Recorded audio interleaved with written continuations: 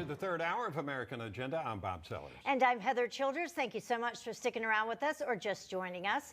We are now joined by our family of co-hosts, Director of American Center for Political Leadership and former Florida Congressman Dennis Ross, co-chair of Project 21 and host of Stacy on the Right, Stacy Washington, and chairman of Reform California and host of the DeMaio Report, Carl DeMaio. Welcome to everybody. Great to have you. All right, Republicans fuming over President Biden calling for massive new infrastructure spending and doubling down on hiking corporate tax hikes from 21 to 28%. Reports today that he might be willing to give in on those. But this comes as Mr. Biden and Republican Senator Shelley Moore Capito from West Virginia met one-on-one in the Oval Office to discuss the GOP's counteroffer to his infrastructure plan. Now, as they plan to meet again next week, will Mr. Biden and the GOP finally reach some sort of agreement? Stacey, are they going to reach an agreement here? If so, what would it look like? If Biden has any sense and he wants to see his poll numbers go back up, he will reach an agreement with the Republicans that is far less than what he had originally telegraphed. So this is an opportunity for Joe Biden to use his 50 years in Washington, D.C. to look back historically and actually take a page out of Bill Clinton's book when he was trying to reach across the aisle with the Republicans. Now, obviously, Biden and the Democrats have all three branches of government, right? They have the House, they have the Senate, they have the executive.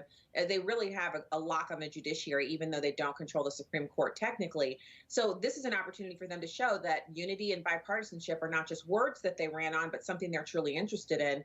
And they'll address serious issues, America's airports, our roads, our bridges, and any kind of funding that goes directly to school buildings, not to unions, but to school buildings. So there's a possibility that it could happen, but I'm not holding out hope. As I said many, many moons ago when we first started discussing the Biden administration, I have lowered my expectations. Yeah, Heather, one of the things I hear is if Biden doesn't get something, it's a loss.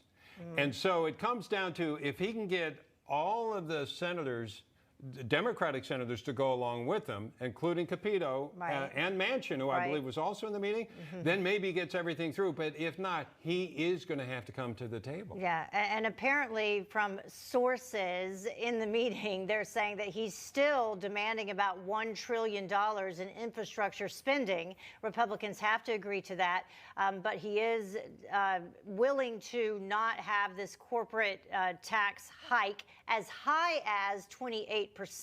So that leaves a little bit of leeway there. But one of the other things I was looking at, because you and I were talking about this, Bob, if you're not going to do the corporate tax hike like you said you were to pay for all of this, then what are you going to do?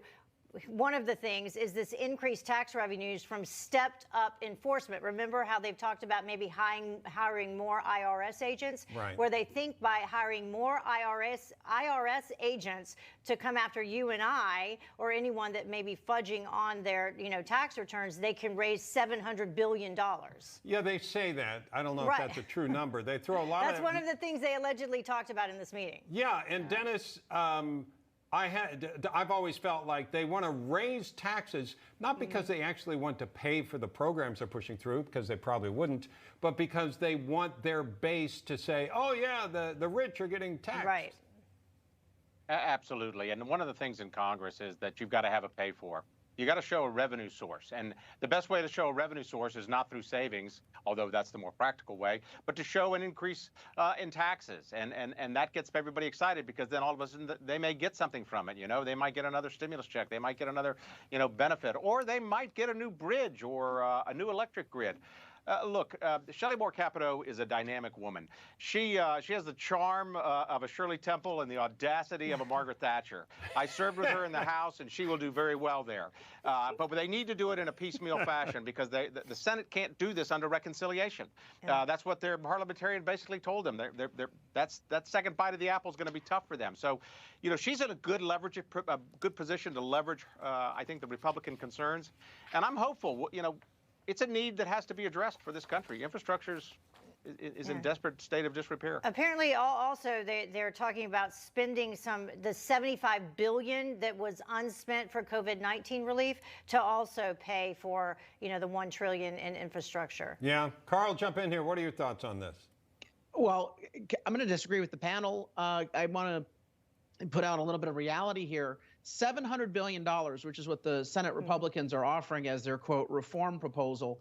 $700 billion was the entirety of the big bank Wall Street bailout in 2010, just over a decade ago. And we called that big government then. And guess what? It's still big government.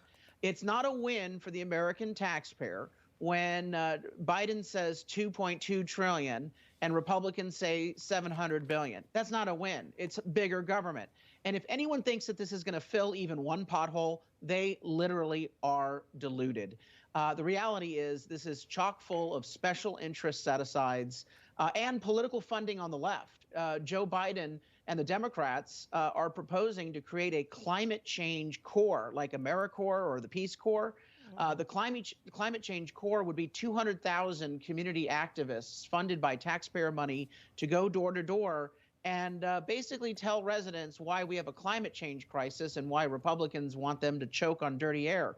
This entire process needs to be set aside. Republicans need to go back to their roots and give the money back to the states. Infrastructure is best handled by the states, not by Washington. Otherwise, you're going to end up with boondoggles and special interest subsidies. And by the way, I think you're preaching to the choir in this group as far as let's not spend anything. I'd be fine with that, just moving forward.